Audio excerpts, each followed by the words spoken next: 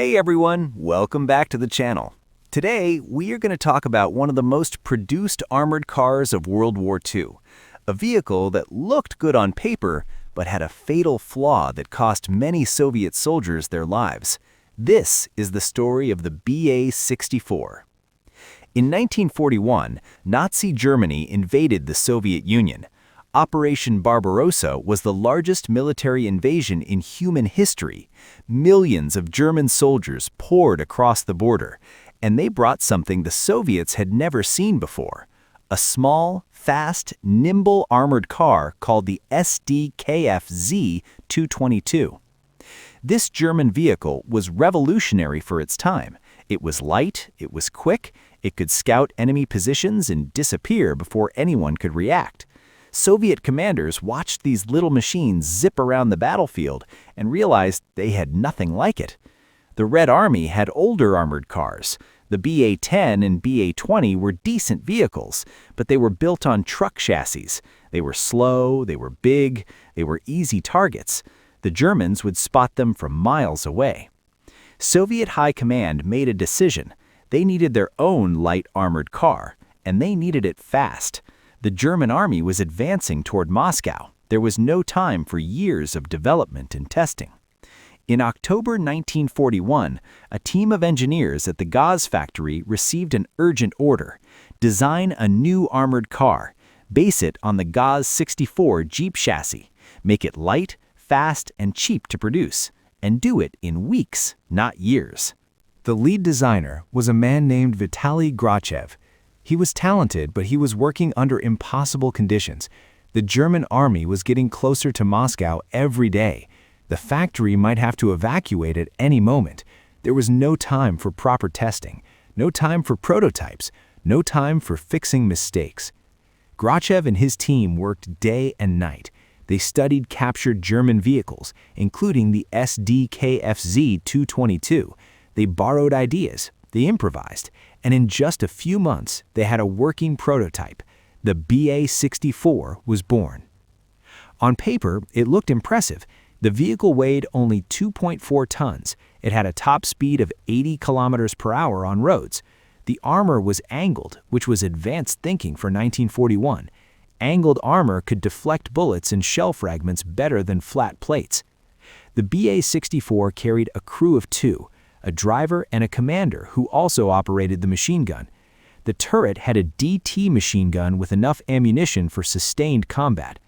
Soviet leadership approved the design immediately. Mass production began in 1942. Factories churned out thousands of these little armored cars. By the end of the war, over 9,000 BA-64s had been built. But there was a problem. A serious problem that the engineers knew about but could not fix in time. The BA-64 had a fatal design flaw. The vehicle was too tall. Look at the proportions of the BA-64. It sits high off the ground. The body is narrow. The center of gravity is dangerously high. This was not a mistake. It was a compromise. The engineers needed ground clearance for rough terrain. They needed space for the drivetrain and the crew. But the result was a vehicle that was inherently unstable. Soviet soldiers discovered this the hard way. The BA-64 would tip over, not sometimes, frequently. A sharp turn at speed could flip it. Driving across a slope could flip it. Even rough terrain at moderate speeds could send the vehicle rolling onto its side or roof. And here is where the design became deadly. The BA-64 had a small turret on top. This turret was open-topped in early versions. When the vehicle flipped, the commander in the turret was crushed. The hatches were small and hard to open. Crews could not escape quickly. Men burned alive in overturned vehicles. Men drowned when BA-64s flipped into rivers and streams. Reports from the front lines described the same accidents again and again. Crews would be driving along a road. They would swerve to avoid an obstacle or take a turn too fast. The BA-64 would tip and soldiers would die. The Red Army recognized the problem. Engineers tried to fix it. Later versions of the BA-64 had a wider track. The BA-64B model, introduced in 1943, was more stable than the original, but the fundamental problem remained. The vehicle was still too tall and too narrow for its own good. Soviet commanders adapted their tactics. They issued orders about maximum speeds on turns. They warned crews about slopes and rough terrain. They told soldiers to be careful. But in the chaos of combat, being careful was not always possible. The BA-64 served throughout the war. It was used for reconnaissance, communication, and escorting convoys. It fought in the Battle of Stalingrad. It rolled into Berlin in 1945. Despite its flaws, it filled a role the Red Army desperately needed. But the human cost was significant. Exact numbers are hard to find. Soviet military records from World War II are incomplete. Many accidents were not properly documented. But veterans who survived the war told stories. Stories of friends who died not from German bullets, but from their own vehicle rolling over. Some historians estimate that hundreds of BA-64 crews were killed or injured in rollover accidents. This is a rough estimate. The true number might be higher, it might be lower, but it was definitely not zero. The tragedy of the BA-64 is that the flaw was known from the beginning. Grachev and his engineers understood the stability problem. They warned military officials, but the war would not wait. The Red Army needed vehicles immediately. A flawed vehicle was better than no vehicle at all. This was a common theme in Soviet wartime production. Speed mattered more than perfection. Quantity mattered more than quality. The T-34 tank had serious problems in its early versions. Soviet aircraft had issues. Soviet weapons had issues. But they were produced in massive numbers, and they helped win the war. The BA-64 was part of this philosophy. It was cheap, it was simple. Factories could build them quickly with available materials.